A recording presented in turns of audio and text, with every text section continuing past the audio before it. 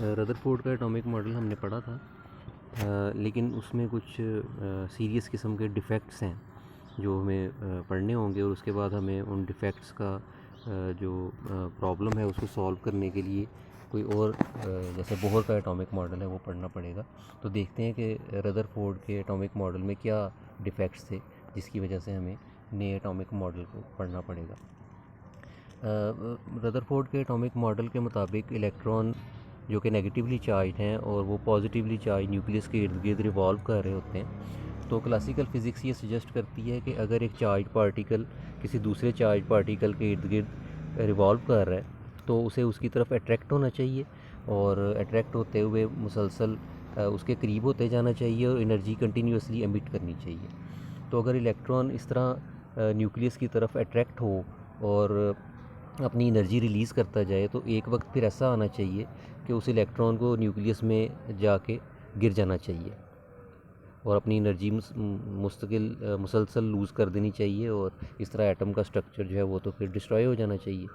तो ये एक सीरियस डिफेक्ट था जो रदरफोर्ड का के एटॉमिक मॉडल में सामने आया, और इसके पास कोई आंसर नहीं था कि इलेक्ट्रॉन क्यों न्यूक्लियस में जाके गिर नहीं जाता। हालांकि न्यूक्लियस पे पॉजिटिव चार्ज है और इलेक्ट्रॉन जो है उस पर नेगेटिव चार्ज है, तो एक दूसरे को अट्रैक्ट करते हुए एनर्जी लूज़ करते हुए उस इलेक्ट्रॉन को न्यूक्लियस में गिरना चाहिए और उसका जो सर्कुलर ऑर्बिट है उसको छोटे से छोटा हो जाना चाहिए। दूसरा जो डिफेक्ट रदरफोर्ड के एटॉमिक मॉडल में था वो ये कि जब इलेक्ट्रॉन न्यूक्लियस में के इर्द गिर्द रिवॉल्व करता है और उससे अट्रैक्ट भी होता है और एनर्जी मुसलसल रिलीज़ करता है, तो फिर एटम से जो निकलने वाली रोशनी है उसका जो स्पेक्ट्रम है वो कंटिन्यूस स्पेक्ट्रम होना चाहिए। कि अगर कहीं से मुसलसल एनर्जी कंटिन्यूसली एमिट हो रही हो तो उसकी वजह से फिर जो उस निकलने वाली एनर्जी या लाइट है उसका एक कंटिन्यूस स्पेक्ट्रम हासिल होना चाहिए।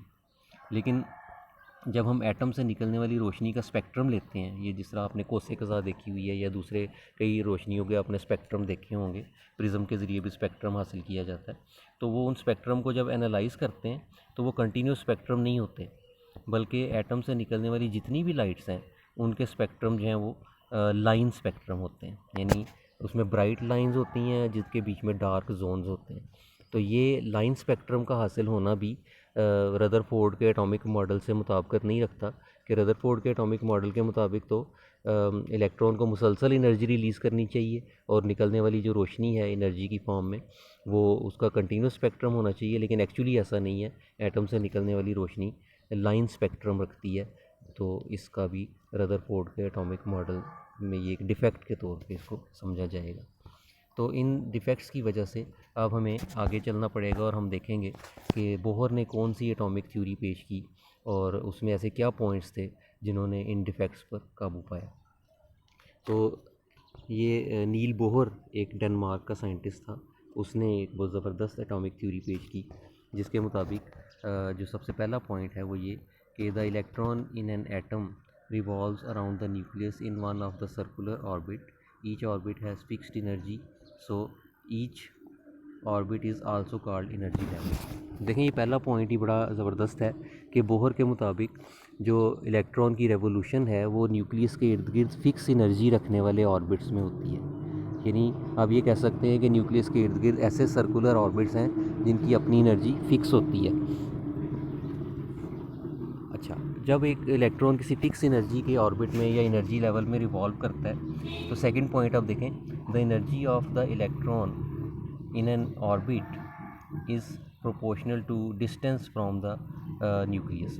मतलब ये है कि जो ऑर्बिट न्यूक्लियस से जितना दूर होगा उतनी उसकी एनर्जी ज़्यादा होगी। तो जो सबसे नज़दीक तरीन ऑर्बिट है न्यूक्लियस के, जिसको हम फर्स्ट ऑर्बिट कहेंगे, उसकी एनर्जी, उसमें रिवॉल्व करने वाले इलेक्ट्रॉन की एनर्जी कम, दूसरे वाले में उससे ज़्यादा, तीसरे वाले में उससे ज़्यादा, और जितना न्यूक्लियस से ऑर्बिट दूर होगा उसमें पाए जाने वाले इलेक्ट्रॉन की एनर्जी उतनी ज़्यादा होगी।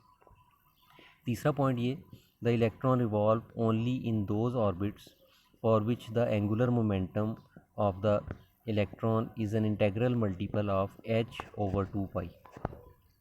ये इस पॉइंट के मुताबिक जब एक फिक्स ऑर्बिट में इलेक्ट्रॉन रिवॉल्व करता है तो हर रिवॉल्विंग पार्टिकल जो है उसका एक एंगुलर मोमेंटम होता है, तो बोहर ने मुख्तलिफ़ कैलकुलेशंस के ज़रिए और मुख्तलिफ़ स्टडीज़ के ज़रिए ये पॉइंट सामने लाया कि किसी भी इलेक्ट्रॉन का जो रिवॉल्विंग इलेक्ट्रॉन है उसका जो एंगुलर मोमेंटम है वो इस वैल्यू ये h/2 पाई, एच जो है ये प्लांक्स कांस्टेंट है और ये 2 और पाई जो है ये मैथमेटिकल कांस्टेंट्स हैं, इसके बराबर या इसका कोई मल्टीपल होगा एंगुलर मोमेंटम।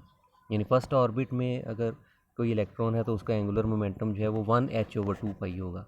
सेकेंड ऑर्बिट में अगर इलेक्ट्रॉन है तो उसका 2h/2 पाई होगा। और अगर कोई ऑर्बिट n है, n में भी एनी नंबर, तो उसका एंगुलर मोमेंटम जो है वो nh/2 पाई होगा। तो ये तीसरा पॉइंट था about the angular momentum of electron.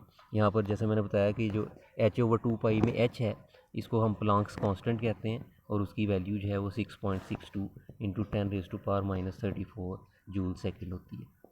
चौथा पॉइंट ये कि light is absorbed when an electron jumps to a high energy orbit and emitted when an electron falls into lower energy orbit. Electron present in a particular orbit does not radiate energy. अच्छा, इस point के मुताबिक जब तक एक electron एक ख़ास orbit में रिवॉल्व करता है ना तो वो एनर्जी अब्जॉर्ब करता है ना ही वो लूज़ करता है।